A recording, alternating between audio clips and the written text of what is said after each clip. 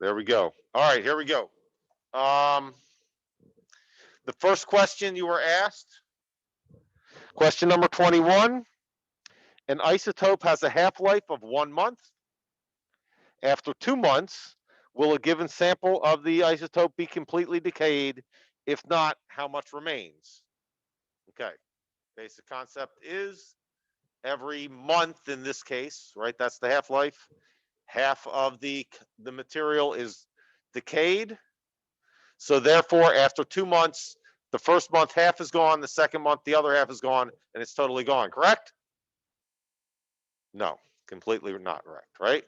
First month half is gone, the second month half of half is gone, so we're left with a quarter of the original amount of nuclei that we had, right? A half and then another half is a quarter. Simple enough? Beautiful. Okay, question number 23. I looked at the answers that were submitted by the people who did it had the same answer, and I think that they're okay, but I want to kind of clarify things and give you another possibility for an accurate or a correct answer. So question number 3 reads, number 23, excuse me, reads, the book's too far away, too close or too far away, I can't see. A proton strikes a lithium-6 nucleus. As a result, an alpha particle and another particle are released. What is the other particle?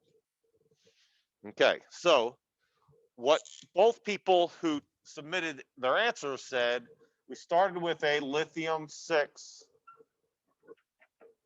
particle or nucleus, and then we ended up with, we're told, an alpha particle, right? And what else? So a proton comes along, hits this thing, causes it to break apart. So what has to be left, right? And both people submitted the answer being because of conservation of nucleons and conservation of charge. You both told me that this has to be 2 and 1, and that's hydrogen, right? Which works for me as long as you understand, if we accept the fact that that proton,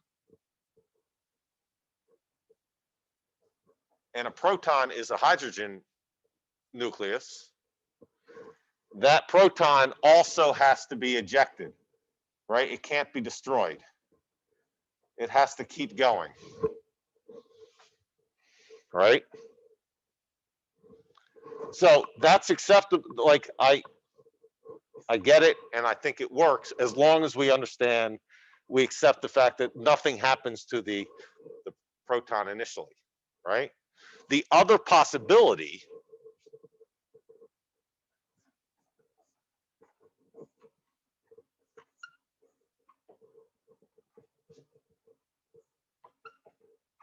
is that when the proton collides with the lithium atom nucleus, it kind of gets absorbed and emerged into the whole system, and therefore this has to be 3 and this has to be 2. So the other possibility is we get a helium-3 nucleus as the second particle, right? Either way works as long as we, right, accept in here that the proton does not get destroyed or absorbed into the, I guess absorbed is not really the right word, but transmuted into the system. Here, if it does get kind of transmuted and put into the system, we get a helium-3 atom or nucleus out of the system also, right? So either one works, but I wanted to show you that there is another possible answer. Okay? Questions, comments, issues? We good? All right.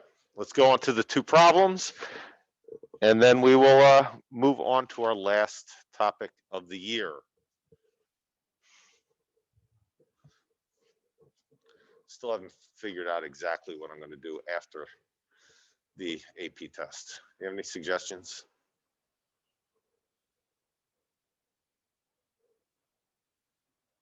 No? Build something? I was thinking about building something.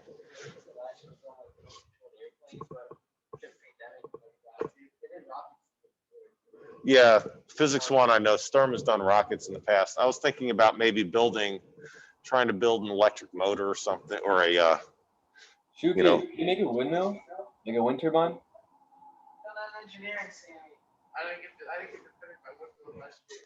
I can look into it. I don't know if we have to talk about materials and stuff.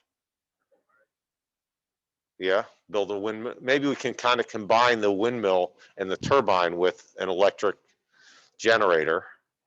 See if you can build it. Huh? A month? How much time? The test is May 7th. Last day of school is, well, the last week of school doesn't count for you guys because everyone's graduating except Katie.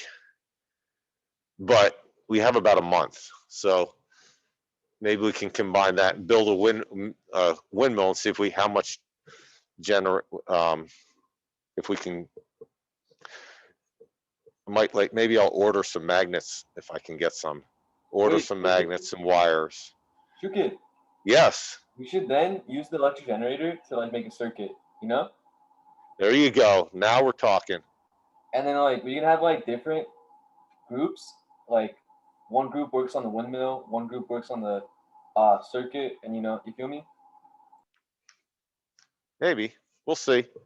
I don't know how we're gonna, we'll have to figure out a way to get you to do this and work in groups and all of that kind of stuff if you're all, well, at least 4 of you are at home by yourselves. That adds to the challenge and the complexity of the issue. We'll see. I was thinking about making, like I said, an electric motor.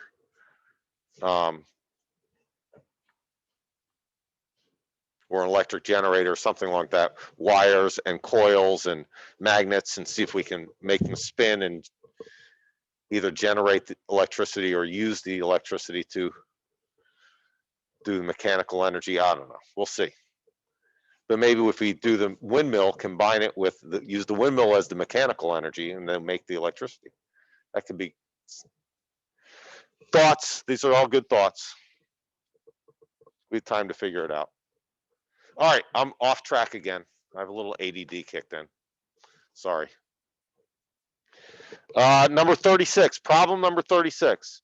A radioactive material produces 1,280 decays per minute. 1280. 1280 decays per minute.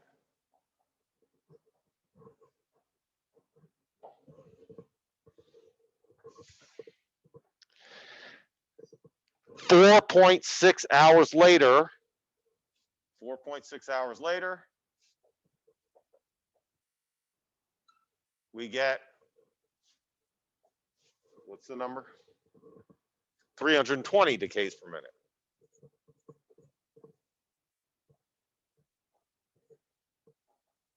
And we're asked, what's the half-life of this thing, right? So Max went through a really long process using natural logs and all of that stuff. It's way simpler than that, right? What happened? We started off decaying at this rate, 320 is 1/4 of, right? Is 1/4 of the 1280 we started with. So to get to 1/4, how many half-lives have we gone through? 2 half-lives, right? Right? Because that's a half-life times another half-life. So it's 2 half-lives. So if 4.6 hours is 2 half-lives, 1 half-life must be 2.3 hours, right? 1 half-life must be 2.3 hours.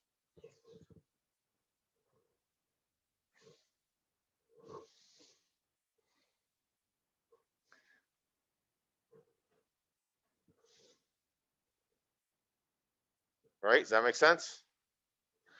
Right? Like I said, Max went through this really, really long process, which I had to actually, I mean, your answer came out right, but I actually had to go to Miss Whitish and have her remind me how to do all the natural logs and all stuff. Like, I haven't done this in years. Just to make sure that you weren't making stuff up. Right? But right, just kind of logic tells us I got a quarter of what I started with. A quarter is 2 half-lives. So therefore, 4.6 divided by 2 half-lives must be 2.3 hours. Good? All right. Last one. Last one was number 40. Question number 40. What fraction of a sample is left after exactly 6 half-lives? Right? 6 half-lives. And again, right, each half-life, you have half of what you had before. So 1 half-life, you have a half. 6 half-lives, 2 half-lives, 3 half-lives, 4 half-lives, 5 half-lives, 6 half-lives. Right? 2 times 2 is 4, times 2 is 8, times 2 is 16, times 2 is 32, times 2 is 64. So after, how many did we say? 6 half-lives, we have 1/64 of what we started with.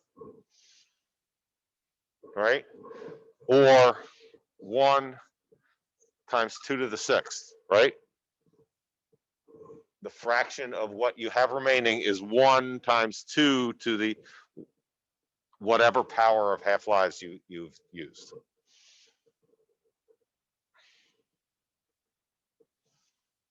Good? Beautiful.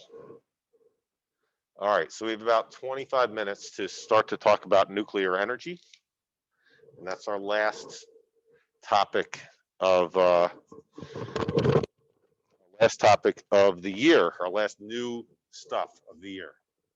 So like I said, I was thinking today, maybe a little bit of tomorrow. We'll see how long it takes us to get through this stuff. It's not a huge change from what we were doing with radiation. Right? The concept of the loss in mass in the nuclear reaction becomes, that loss of mass becomes the energy.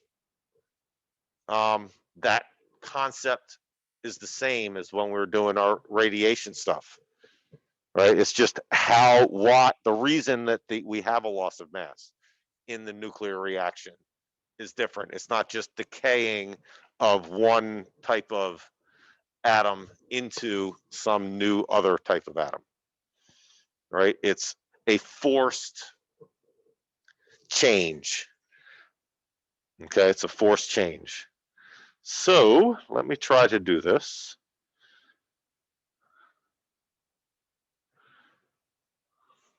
Okay. Whoops. Hold on. Get rid of that. Bring this over here.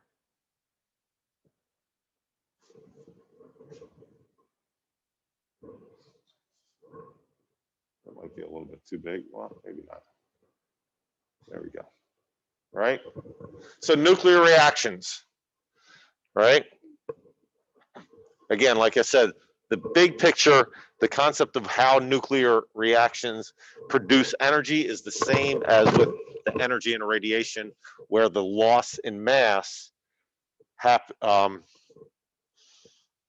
gets converted into energy. Okay. A couple of just like I used this word before, transmutation, when I was doing the one question about the proton colliding with the lithium atom. Right, one element gets transformed, transmuted into another element. Nuclear reactions happen because two nuclei will collide with each other. Right, so it's not just a natural decaying of something, it's a forced reaction when one thing collides with another. All right, so here's a simple example, right, where the alpha particle collides with a nitrogen atom,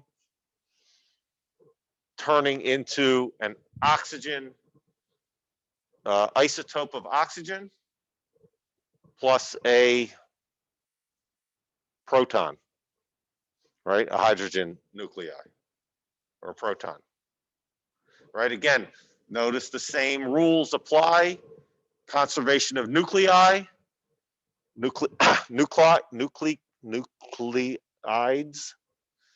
can't speak today, and conservation of charge, right? 18, 18, 9, 9, right? That still hasn't changed. It's just the cause of that, the change in the reaction, right? As I said many, many times already, keep repeating myself. Okay.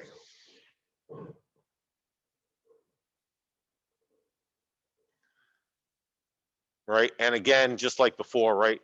This is what we just saw. Energy and momentum are conserved, right? This is a collision. It is a collision. Energy and momentum are conserved. The kinetic energy is not necessarily conserved, right? There appears to be a loss in kinetic energy. That difference in kinetic energy, though, is the energy that is produced in the loss in mass, quote, right? The loss in mass in the reaction.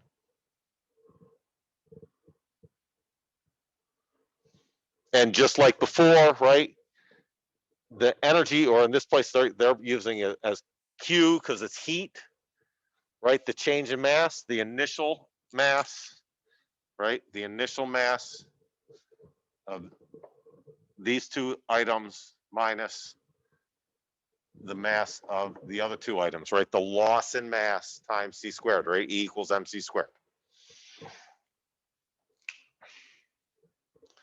Good? Okay, so I think it's conceptually, it's not too bad. I think conceptually it's relatively straightforward, especially after we've done the radiation stuff, right? Because that concept hasn't changed.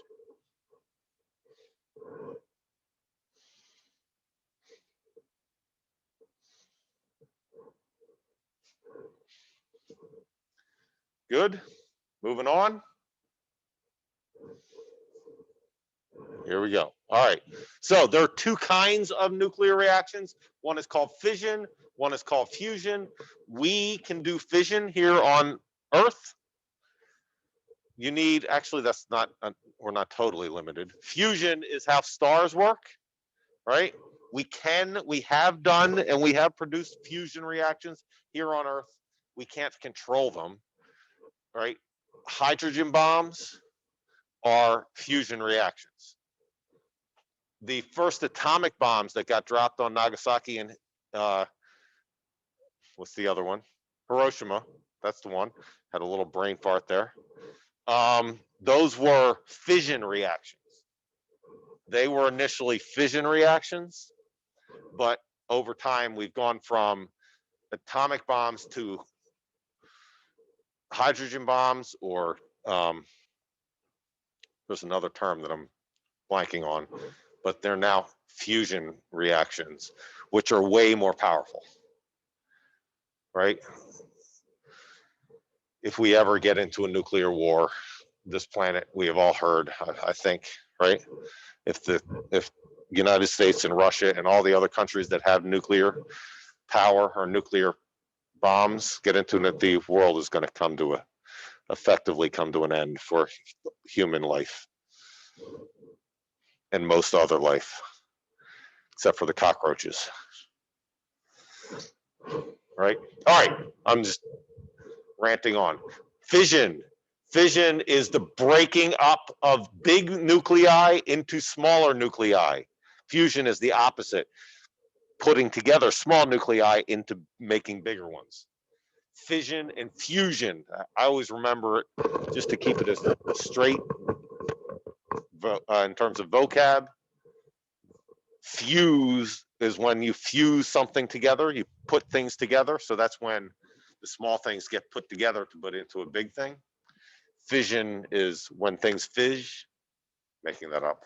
There is no word fizz. And they fizz apart. They fuse together and they fizz apart.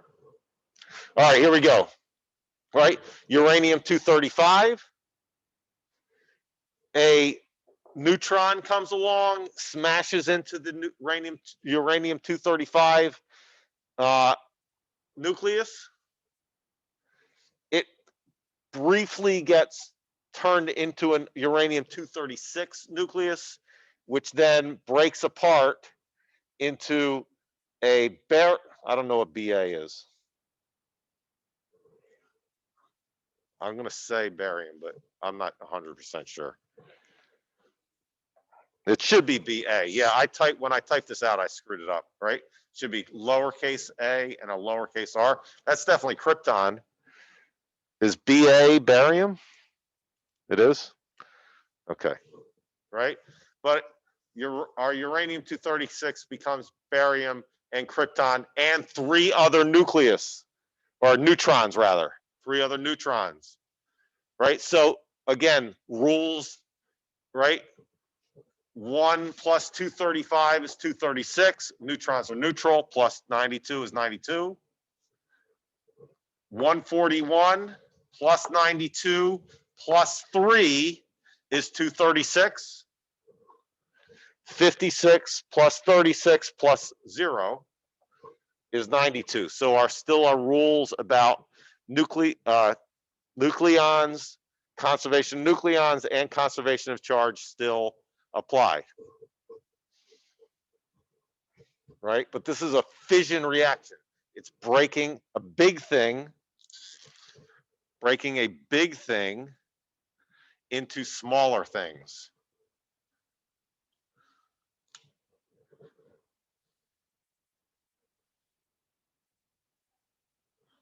Right? Breaking a big thing into smaller things. And it's forcing that to happen. It's not allowing it to happen by natural radioactive decay. It's forcing it to happen by causing a collision. Okay? Questions, comments, issues? Nice. All right, moving on. So this idea, one of the key ideas here is that the neutrons that got released, remember in the last slide, that neutron in the total fission reaction produces 3 other neutrons. So how does it work? Is that neutron, this one is pictured only as 2 other neutrons, right? But it collides, one neutron then goes and hits and collides with another one. That goes and hits and collides with another one. We're not showing the other things, right? Here's your barium and your krypton, but there's a neutron and there's a neutron, and then we get another one, right? The barium, the krypton, the neutron.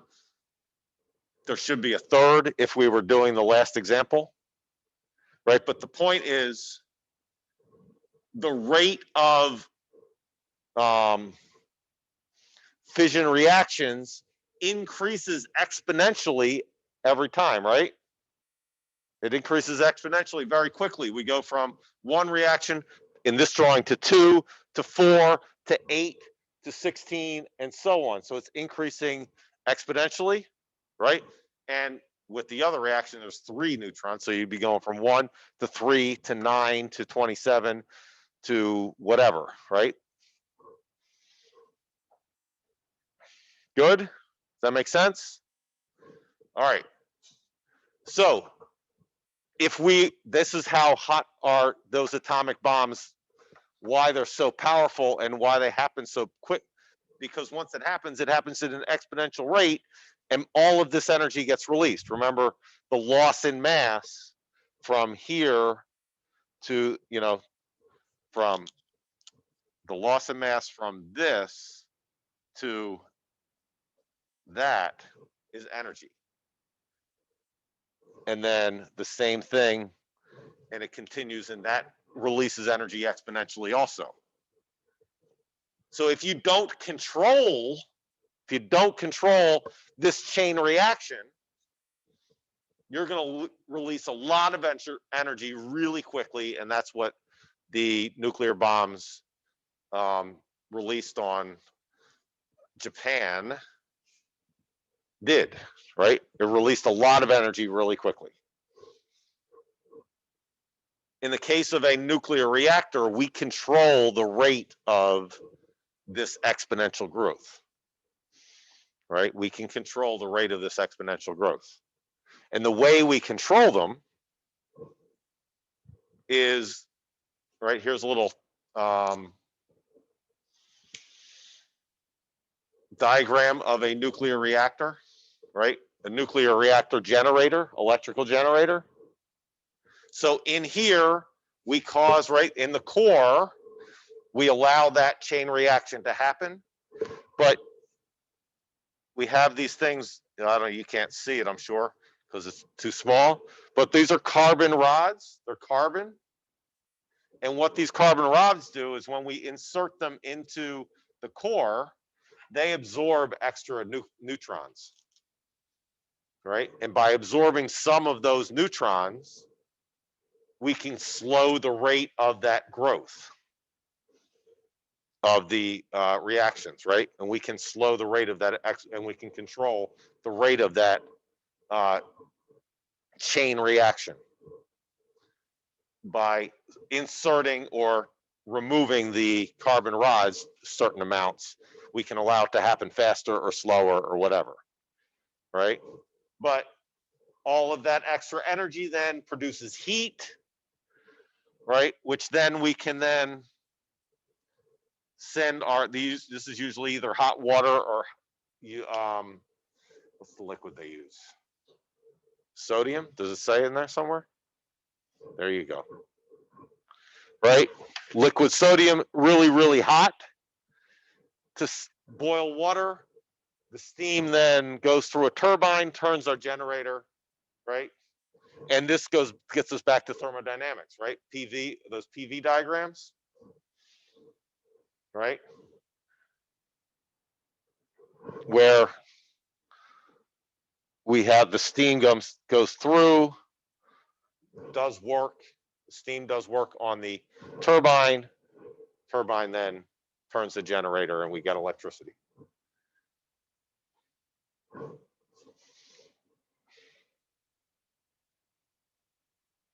Good? Any questions? Okay. I think there was one more slide. I was going to skip. Did I screw up and I leave off the slide? Because I was copying. It looks like I did screw up and leave off the slide. I was making and thinking about a new slide, and then I made a mistake and deleted it, and then went to and then I got distracted, and I guess I never finished. I was just going to do a simple. The slide I was going to show was just a simple. Going back here, right? Do the numbers. Right? Do the numbers here of the mass, the initial mass compared to the final mass, and show how that this mass is less than that mass. And then, right, that apparent loss of mass turns, and we can figure out how much energy is produced in a single nuclear fission of uranium-235. Right, but I made a mistake when I was making my slide, and then apparently I got distracted and never finished it. Right, but we could do that, right? We all, right? It's just what we did. Just looked up before, right? The masses, found the difference, multiplied by c squared, essentially. Good. We need to see that. I don't think we need to see that. All right. So tomorrow we'll go through the fission, or excuse me, the fusion reaction. Right. Tomorrow we'll go through the fusion reaction, and then I'll post an assignment with a few questions and problems about nuclear reactions. We can do them like Wednesday night and Thursday in class. Deal with them on Friday. Deal with anything else we want to go back and touch on Friday, and take our unit test on Monday and Tuesday. Good. That gets us through the rest of the week and into next week as we get ready for May 7th. All right, guys, I'm going to stop recording.